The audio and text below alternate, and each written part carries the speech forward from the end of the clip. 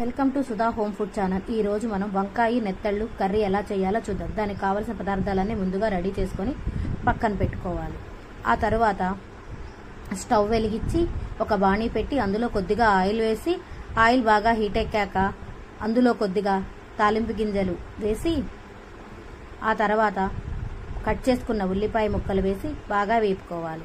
అందులోని మనం శుభ్రం చేసుకున్న నెత్తళ్ళు వేసి ఎర్రగా వేపుకొని ఉప్పు పసుపు వేసుకొని కలిపి కొద్దిగా కరివేపాకు వేసుకొని వేయించుకోవాలి. ఆ తర్వాత మనం కట్ చేసుకున్న వంకాయ ముక్కలు వేసి బాగా మూత పెట్టి మగ్గనివ్వాలి. ఆ తర్వాత ఒక టమాటా ముక్కలు వేసి మగ్గనివ్వాలి. ఆ కూర బాగా మగ్గేంత వరకు మూత పెట్టుకొని మగ్గించుకోవాలి. అందులోని కొద్దిగా కారం వేసి